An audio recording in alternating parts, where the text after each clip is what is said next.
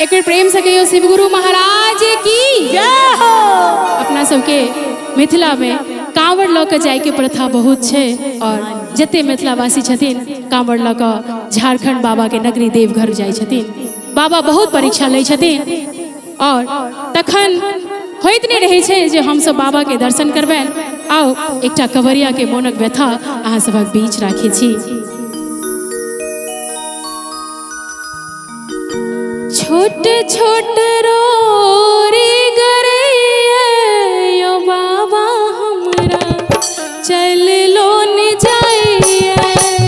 छोट छोट रोरी गरैया यो बाबा हमरा चल लो न जाइए। छोट रोरी गरैया ये बाबा हमरा चल लो न जाइए। चल लो न जाइए बाबा बुल लो न जाइए। चल लो न जाइए बाबा चल लो न जाइए। चल लो न जाइए बाबा बुल लो न जाइए। चल लो न जाइए बाबा चल लो न जाइए। रही रही ठेस लगइए बाबा हमरा चल लो न जाइए।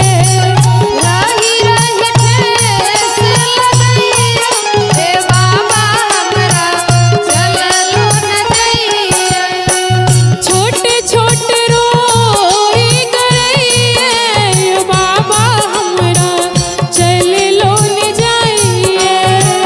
छोट छोट रोरी गरैया हे बाबा हमरा चल लो न जाइए।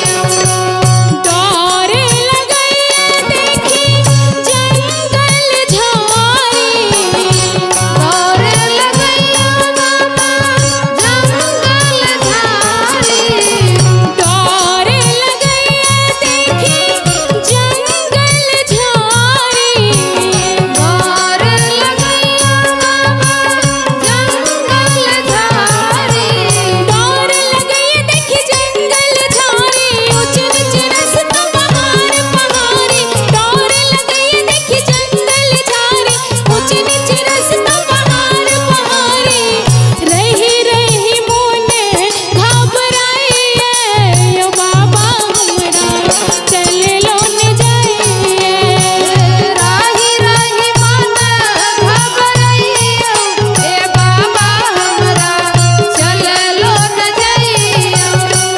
छोट छोट रोरी गरैया यो बाबा हमरा चल लो न जाइए। छोट छोट रोरी गरैया हे बाबा हमरा चल लो न जाइए। आप की कहै छथिन जहन जाइत जाइत पूरा मोन व्याकुल होल छन बाबा के नगरी पहुँचे वाला छै ओकर बाद हमर मोन के व्यथा मानी न मानी अहाँ केर मर्जी। मानी न मानी अहाँ केर मर्जी। पार लगाबू बाबा घातक अर्जी। पार लगाबू बाबा आपके मर्जी। पार लगाबू बाबा घातक अर्जी। पार लगाबू बाबा आपके मर्जी। पार लगाबू बाबा घातक अर्जी। पार लगाबू बाबा आपके मर्जी। मानी न मानी अहाँ केर मर्जी। मान न मानी अहाँ केर मर्जी।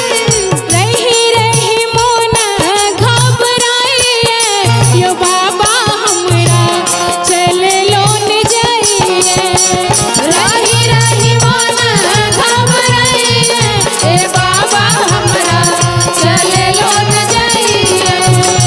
रही रही मन घबराइए हे बाबा हमरा चल